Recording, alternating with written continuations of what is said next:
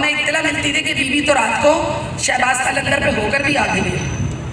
تو وہ صنف آہن جس کو نہ ضیاء کی آمریت دبا سکی، نہ اس دور کے جو بھی نام نہاد مسلم علماء اپنے آپ کو کہلاتے ہیں وہ دبا سکے، نہ ہی کوئی اور بین الاقوامی قوتیں دبا سکیں، اس کے باوجود کہ ان کو کہا گیا تھا کہ ان کو شہید کر دیا جائے گا. میں کل ذکر کر رہی تھی کسی سے کہ میں کہتی تھی اصغر آپ کو پتہ ہے میں کہتی تھی کہ میں اتنے رش میں نہیں جا پاؤں گی چونکہ میں پیشنٹ ہوں بیک بون کی، تو شاید میں بیوی سے نہیں مل پاؤں گی کبھی کیونکہ رش بہت ہوتا ہے جب ہمارے لیڈران آتے ہیں. بیوی نے جلا وطنی کے بعد 18 اکتوبر کو 2007 کراچی میں قدم رکھا، ایئرپورٹ پر اتری.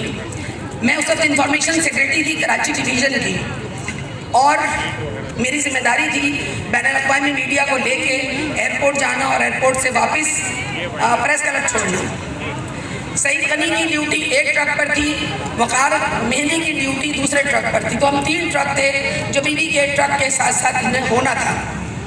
بیوی ایئرپورٹ سے باہر آئیں، بیوی ایسے باہر آئیں، ہمارا ٹرک ادھر تھا اور بیوی کے دائیں بائیں یوسف رضا گیلانی صاحب اور اس وقت شاہ محمود قریشی صاحب بھی ہمارے ساتھ ہوتے تھے، وہ دائیں بائیں کھڑے ہوئے تھے.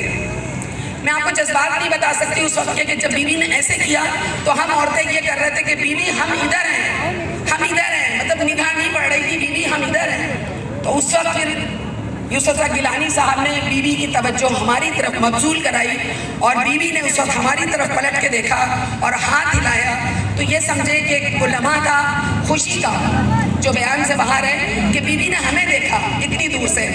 صنف آہن میں بے نظیر ہوں. پھر اس کے بعد سے لے کے میں خوش قسمت آصف موسیٰ، میں وہ خاتون جس نے بیوی کی زندگی کے آخری دن گن لیں آپ. بیوی آئیں 18 اکتوبر کو، 20 اکتوبر سے ہماری ذمہ داریاں بلاول ہاؤس میں لگیں، اصغر بھی ہمارے ساتھ ہوتے تھے. اور جب بیوی 11 دسمبر کو کراچی سے گئی ہیں تو ہم جب تک بیوی کے ساتھ تھے، اتفاق سے ہم چاروں عورتیں چھوٹے قد تھیں، میں بھی، نورجہاں بلوچ بھی، یاسمین بٹ، پروین بٹ، ہم چاروں چھوٹے قد کی عورتیں.